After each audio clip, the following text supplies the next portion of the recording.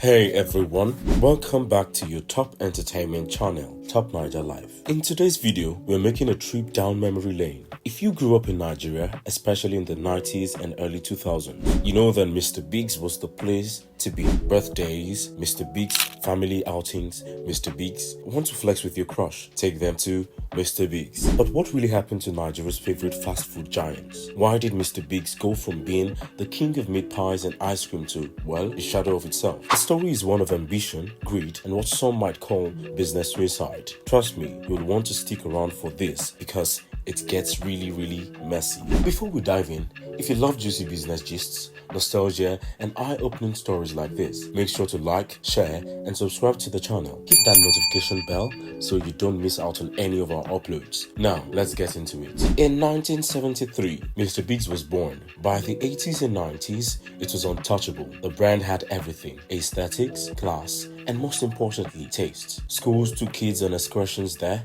Parents brought their children for weekend treats, and if your dad took you to Mr. Bigg's back then, oh boy, you felt like the richest kid on the block. It was Nigeria's very own version of McDonald's, and at one point, it was on almost every major street. The secret? Consistency. Whether you were in Lagos, Abuja, or Port Harcourt, Mr. Bigg's meat pies tasted exactly the same until they didn't. Where did it all go wrong? Now, a lot of people think Mr. Bigg's died because of competition. KFC, Chicken Republic, The Place, TFC, and all those new boys in town. But no, the truth is Mr. Bigg's was already digging its own grave long before these guys even arrived. So what happened? Back in the day, Mr. Bigg's, owned by UAC, decided to take a short course to expansion. Instead of opening their own outlets and keeping control, they sold franchises, basically letting anyone buy the rights to open a Mr. Bigg's. The idea was to have Mr. Bigg's everywhere, like redeemed churches. Sounds good, right? But wrong.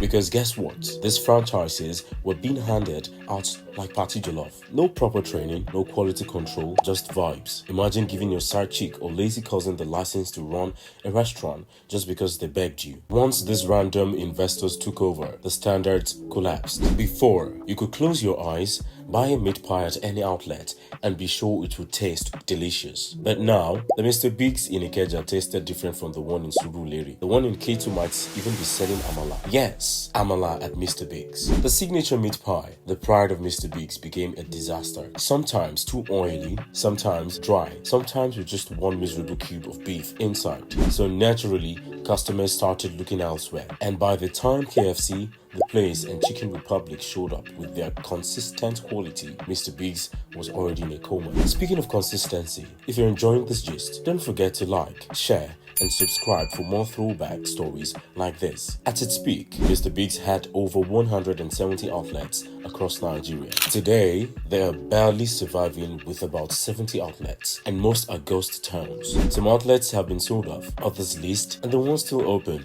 well, good luck finding one that won't break your heart. In 2020, they tried to reboot. Did it work? No.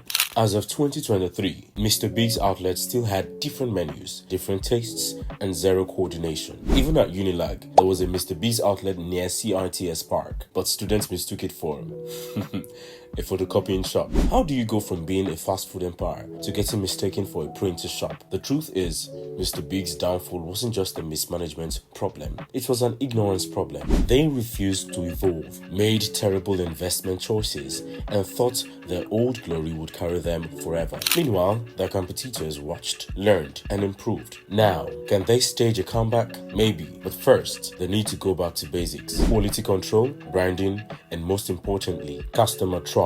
So, do you think Mr. Bigg's can still have a chance, or is it truly gone forever? Drop your thoughts in the comments. And if you've ever had a bad Mr. Bigg's experience, tell us. We would love to read your stories. And of course, if you enjoyed this video, hit that like button, share this with your friends, and subscribe for more entertaining and insightful content. Thanks for watching, and see you in the next one.